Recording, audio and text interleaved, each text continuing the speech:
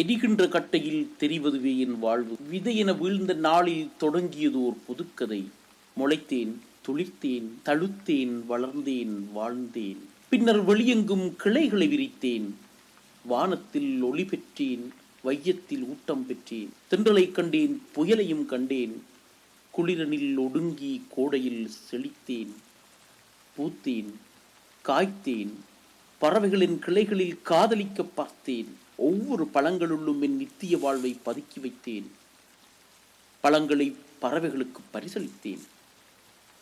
பறவை தூதுவரின் நித்திய வாழ்க்கையை பறைசாற்றி பாரங்கும் தூவினர். முளைத்தேன், மீண்டும் மீண்டும் பலவாய் முளைத்தேன். என்னில் இருந்து புறப்பட்ட ஒவ்வொரு ஒருவையும் பன்மை என்றானது. பாரினில் என் வாழ்வின் சுவடுகளை பரப்பினேன். பின் விடியுமோர் பொழுதில் பூமியில் வேறுபாறை சாய்ந்தேன். ஓ மனிதா, என் உடலால் வெப்பம் உனக்குண்டெனில் நான் இப்போதும் பயனுள்ளேன் என்பதனால் நான் கலைகின்ற இக்கணத்திலேனும் என் கட்டையிலே வாழ்வினை நீ கண்டிலையோ?